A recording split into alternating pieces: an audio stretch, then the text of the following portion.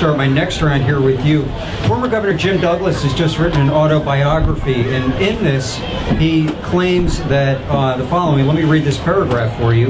The Senate leader, referring to you, who succeeded me in the governorship, was a strong proponent of gay marriage. Since he was nominated by a scant 200 votes in the Democratic primary, their support may well have provided the margin of victory.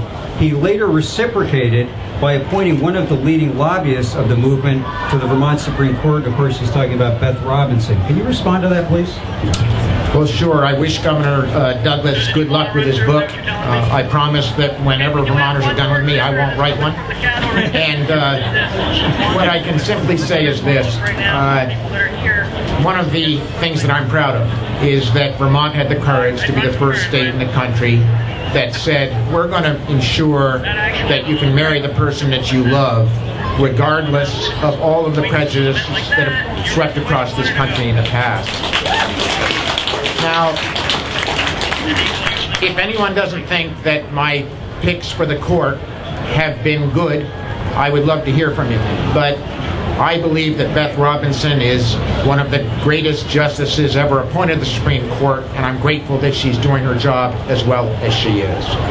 Having said that, I want to go back to what really matters. Scott Milne has not given us one single plan in this debate about what he's going to do about the challenges at DCF, about property taxes, about health care. He did just give us a smidgen on property taxes, the first suggestion ever. I heard him say, I'm going to protect local control, but I'm going to cap property taxes and tell local communities how much they can spend. You can't have it both ways. One of the worst ideas that we could endeavor is telling local communities that we're going to take away their power to choose what they're going to spend on education on town meeting day. That's a basic right of Vermonters. If you cap it, you say to them, you're on your own. Okay, thank you. Scott Milne, let's go to you next, and I'd like to have you address this question about Beth Robinson. Do you agree with Jim Douglas's analysis? I think Vermonters elect governors to make appointments, and I like a process where the legislature gives deferences to the governor's choices. I don't know Beth Robinson personally, but I have a lot of respect for her. If you'd like to take the rest of the time to address some of the other things Mr. Shumlin just raised, you may. Sure. Again, you know, it's hard in this where there's very serious opportunity for Vermont to head in a different direction by choosing a new governor. I don't like talking about things that aren't friendly, but I have some real disagreements with the direction of Vermont over the last 4 years. Governor Shumlin says I don't have any ideas. I'll tell you two ideas. Governor Shumlin, I think, said yesterday on another radio network that he's had all kinds of sleepless nights over. Nobody's more frustrated than the failure of Vermont's healthcare reform, and he's had an awful lot of sleepless nights over it. I'll tell you one thing, my sleepless nights over things that go wrong when I'm governor are going to happen in Vermont, not out of state. We've got a governor that spent 25% of the last session out of state, talking to special interests, telling us that he's working 7/24 to get things done for Vermont, but then when we look at the record, we see he's been out of state 25% of the time. I think there's an inconsistency there. I've got plenty of great ideas, and Governor Shumlin doesn't understand the cap idea. If you've been paying attention to what's going on, it's an interesting concept. We're going to flush out the issues on it and be talking significantly about it over the next 10 days. Dan Feliciano, we see her, okay. I'd like to address the question that I raised to the governor, or if you'd like to respond to something else that he said here. So I'm not second guessing what Peter's done and who he's appointed. I don't think it's worth second guessing. That's old news. The thing I want to make sure we're focused in on is that I want to make sure that we can have an alternative healthcare solution so that Vermonters have a choice, not Montpelier giving you a choice, but you actually have a choice to select your healthcare, and we can control healthcare costs. I think we're still waiting for a lot of details, like Peter was saying. We're waiting. He's just criticized Scott for not having details on his platform, and yet we don't have any ideas about how the single-payer healthcare system is going to be funded and what it's actually going to look like. So I'm wondering right now, what's going to come first, Scott Milne's platform or the healthcare budget finance report? I don't know which one's next, but one of those has to come up next. So we need to focus in on making sure we have health care coverage for all Vermonters, and we can do that affordably in the free market. We need to cut our spending and spend our money more wisely, which we can do. I've done that in the back. That's my background. And we need to make sure we have property taxes that are aligned with the school budget so that people can have school choice. Not only will we reduce spending, but we'll be able to reduce property taxes and make Vermont a more pleasant and a more desirable place for our people to live, our children to live. One of the reasons I decided to run was my son's 16 years old, and I heard, you got to come home, you got to get off the road because you're not going to see him again. Once he goes to college, he's gone, and that's unacceptable. I want my son here with me. We might have another 4-H right now. Emily Payton? Hello, as some people know, this is the third time I'm running, the first time I've been in this debate, so I'm thankful. And you also may know that it took Lincoln many, many times to get elected and other good leaders. I want to talk about the difference between me and the other candidates here. I'm the only candidate who will have no influence of money in my campaign. I'm probably the only candidate, and you can correct me, who has opened their home year after year to homeless families and individuals. And I may add that nobody has ever stolen anything from me who has stayed in my home, but it's been a challenging experience. I'm probably the only candidate who is growing agricultural hemp and who has been educating about the importance of the restoral of that crop. I'm the only candidate who, maybe not the only candidate, who knows the anatomy of a chicken well enough to know how many things are back there to let go of an egg. But I have animals. What's the weight? And I am an activist. I'm here for you people. I'm here because we need a grand change. We need to change away from money in politics. We need to begin to understand monetary systems so that we can distribute enough money amongst working people and not by hiking a minimum wage and putting it on small businesses.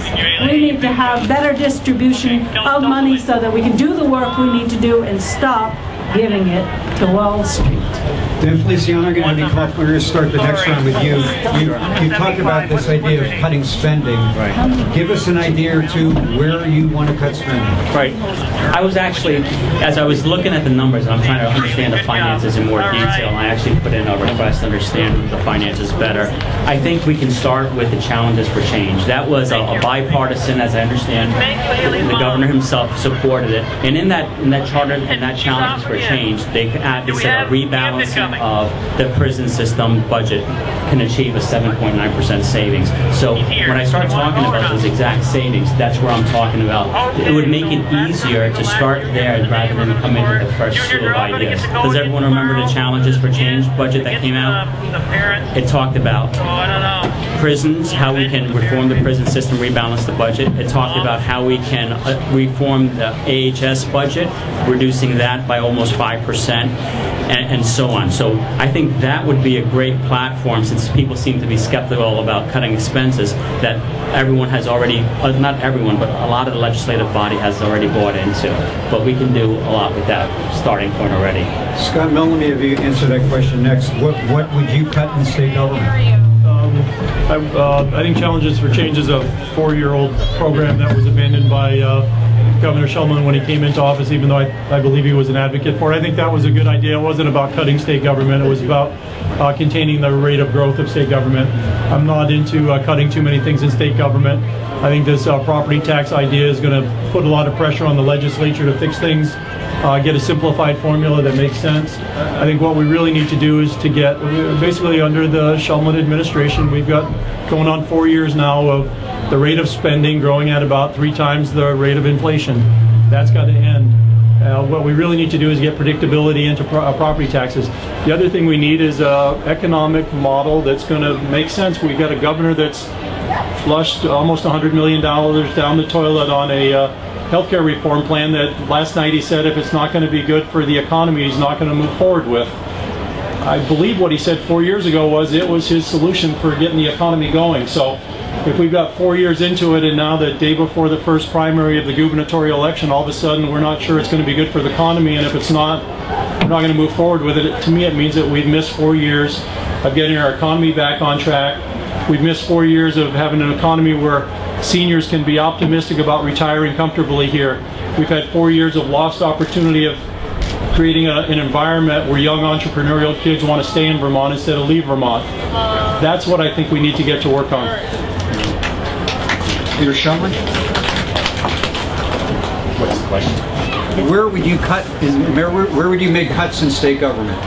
Well, not where would I have delivered. I've delivered 4 consecutive balanced budgets without raising income taxes, sales taxes, and meals tax on hardworking Vermonters. That's hard work.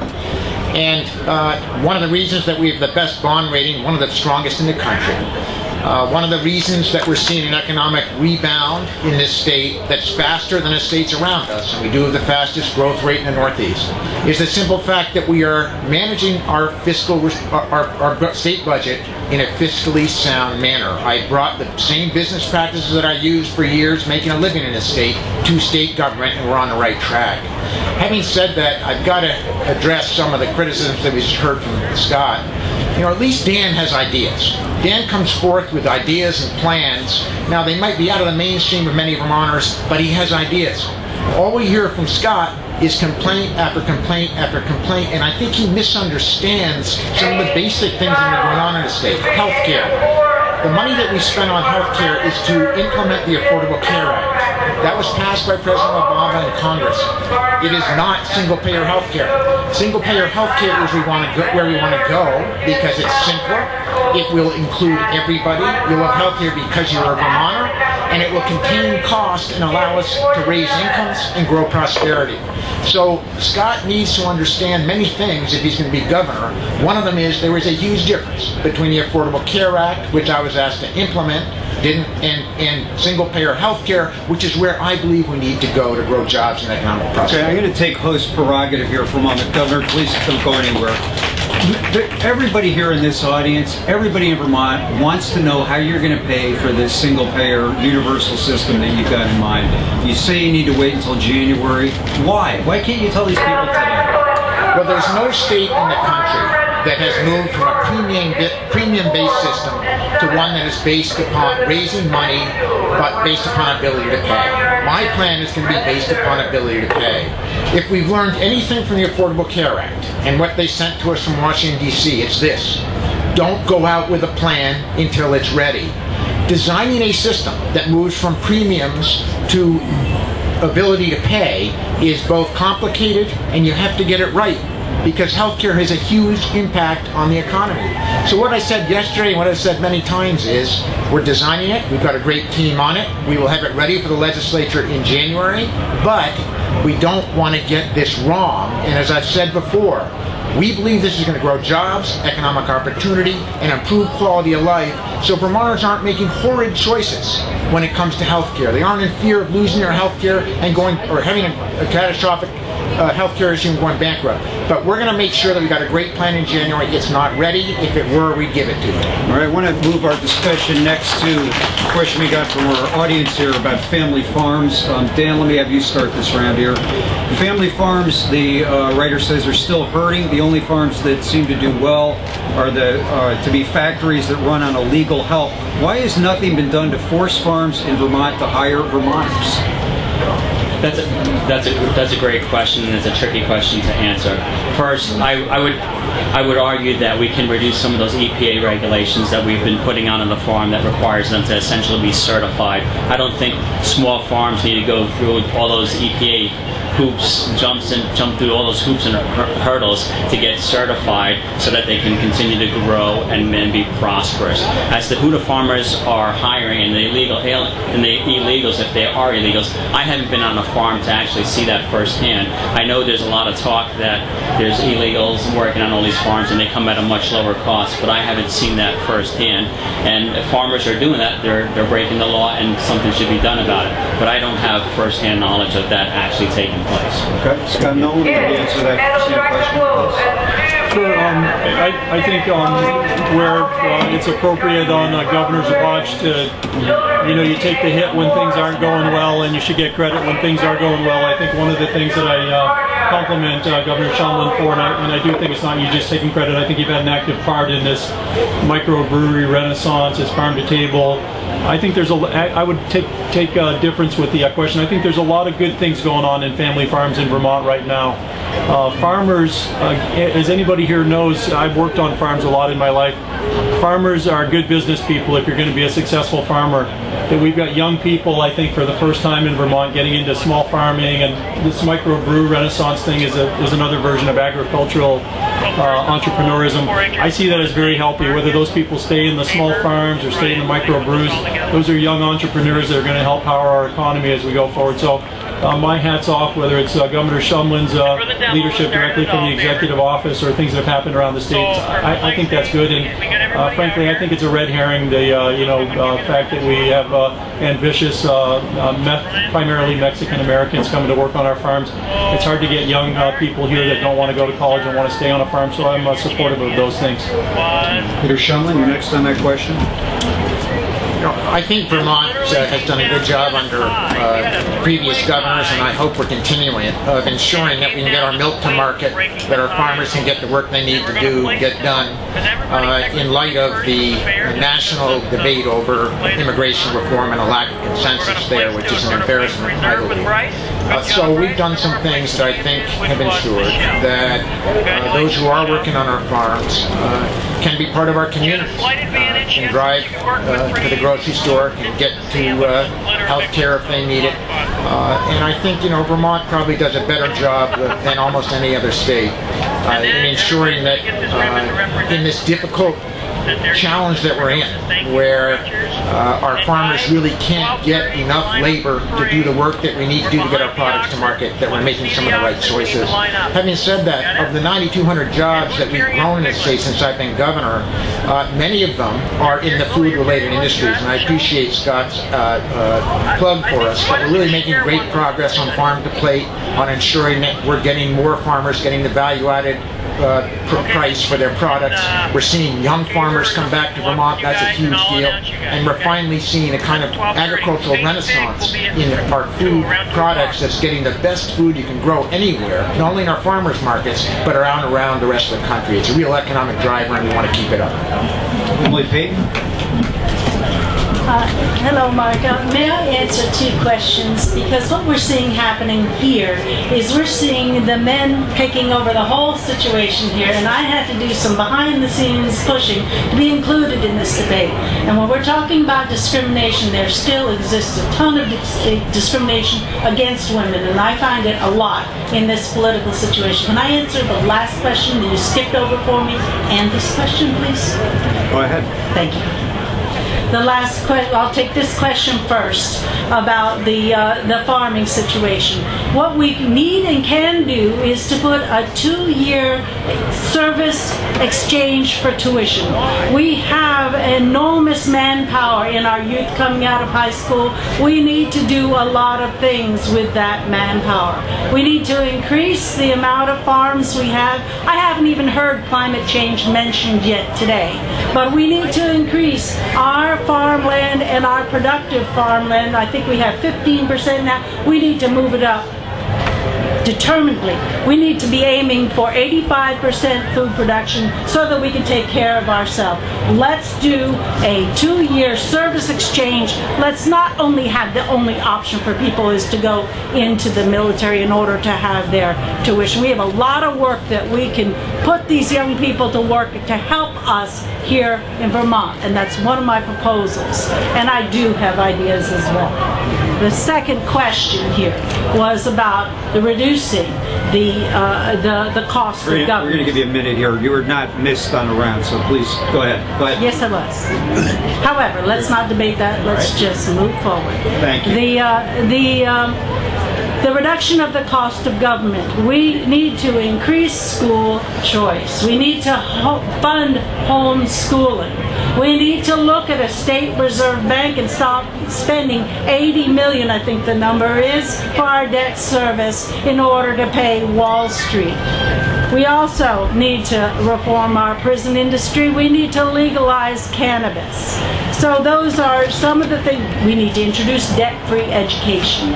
So these things, and then thank you for allowing me to answer that as per my request. We're going to take our final break here. When we come back, we'll give our candidates 2 minutes each to convince you if they haven't already. We'll be back right after. You haven't talked about that you want to share with them. No, I think I've made my point clear. I'm the only candidate up here that stands strongly against the single-payer healthcare system and who has alternative solutions on the table that will not remove healthcare as a choice of yours and empowers you to decide who your doctor is and where you go for your services. I've also articulated that I'm for cutting spending, and as I said earlier, we can cut spending in a very sound way, and we can also leverage the good work that had already been started and build upon the challenges for change spending cuts that we've had there. We can also reduce property taxes by providing school choice. I didn't get a chance to talk about school choice in charter schools, but it's been demonstrated that areas that have school choice have property values that are 5.6% higher than other areas. There's larger classroom sizes and outcomes are actually better. That's one way we can keep people. So I want to make sure that you understand what I believe, that you are in a position to make the right choices for yourself. And I want you to have that opportunity. I want to get government out of the way so that you can ensure you have the freedom to choose who your doctor is, who your schools are, and making sure that you're not being saddled with high taxes. Additionally, the gun owners of Vermont have ranked me the #1 candidate in favor of protecting the Second Amendment, which we didn't talk about. So I want to make sure that people are clear about that issue as well. Thank you. Scott Milne, next. Thanks, Mark. So this is the last chance I have to not tell any bad jokes. That's correct. Okay. I get a lot of advice on not telling jokes at things like this. I'll say first of all, I want to make sure that the umbrella over everything is that I have a lot of respect for Peter Shumlin. I have a lot of respect for what he's accomplished in his life. I just don't think he's a good governor. It's interesting that we're here in 2014. In 1994, my mom, Marion Milne, who many of you know, launched her first campaign for state representative. She had a pretty rich life of being a pioneering woman business owner, of working with an awful lot of nonprofits and civic organizations, actually using her position as a small pioneering woman business owner to get involved in a lot of those organizations. My mom's 1994 campaign for the State House, she was running with a gentleman named Kermit Richardson, who many of you may remember. He was a minority leader in the House. When my mom announced she was running, Kermit, who was a friend of the family's, said, "I love Marion, but she doesn't stand a chance. She lost her JP's race in Washington a few months ago. How's she going to get elected to the House?" My mom ran that campaign. Her theme was, "I'm naive enough to believe that I can make a difference." She won that race in spite of Kermit's handicap. And a lot of people are handicapping me that why am I bothering to do this? Well, I'm naive enough not only to believe that I can make a difference, I believe I'm intelligent enough to understand that Vermont very much needs a different path. If you agree with me that Vermont needs a different path, what I ask you to do is join me in being naive enough to believe that you can make a difference. I've talked to an awful lot of people that have moved to Florida because they're sick of Vermont. I think I'd get 75% of the Vermonter in Florida vote. My fear is after the election I'm going to have 75% of the I didn't think I could make a difference, so I didn't vote for you, Scott, vote. So I'd ask you to think about in your heart what you want for Vermont, and join me if you believe that we need a more moderate path. We need more balance in the legislature in Montpelier. Thank you. Peter Shumlin, you're next. Thank you, Scott and Dan and Emily, for running. And Emily, I've got to respond to what you said. I wish we had more women running for office in Vermont. I wish we had more women running for office in America. I will support you at any debate, being in any debate, and I hope that my opponents will join me in that call. Thank you. Listen, I know that Scott has just suggested that we should replace this governor.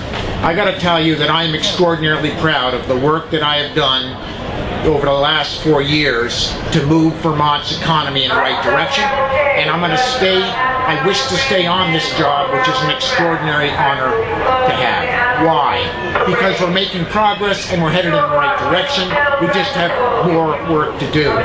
When you look at what we've accomplished, from ensuring that every Vermont child can get student can get 2 years of free college if they choose, when parents are dealing with crushing debt, that universal pre-K is happening in Vermont, that we're revamping our education system so that it's the best in the country, when we're ensuring that we can know what's in our food when we buy it, that we through GMO labeling, which I'm proud of, that we're raising a minimum wage so that when someone works 40 hours a week, they don't have to live in poverty in the state, even though many in the rest of the country are refusing to do that.